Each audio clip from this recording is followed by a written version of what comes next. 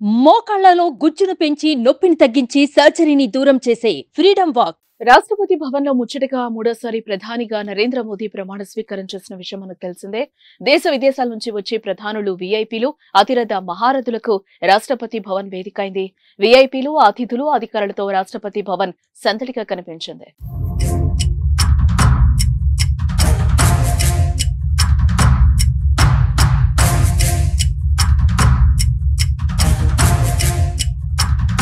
అయితే కేంద్ర మంత్రులుగా పలువురు ప్రమాణ స్వీకారం చేసే సమయంలో ఓ అనూహ్య ఘటన చోటు చేసుకుంది.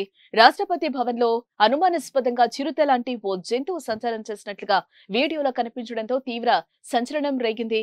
కేంద్ర మంత్రులు ప్రమాణం చేస్తున్న సమయంలో వెనుక వైపు ఓ జంతువు అటువైపు వెళ్తూ కనిపించింది.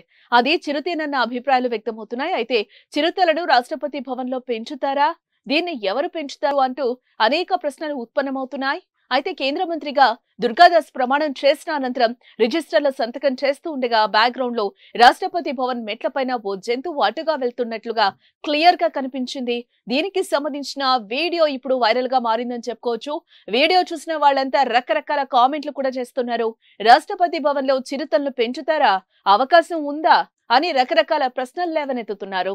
ఇందుకే వీడియోలో కనిపించింది చిరుతేనా, లేదంటే ఒక రకమైన సునకమా, లేదా ఏదైనా జాతికి చెందిన పిల్ల, ఇలా రకరకాల ఊహాగానాలు అయితే వ్యక్తమవుతున్నాయి. మొత్తానికి ఇలా వచ్చి అలా వెళ్లిన జంతువు అందరికీ పరీక్ష పెట్టింది.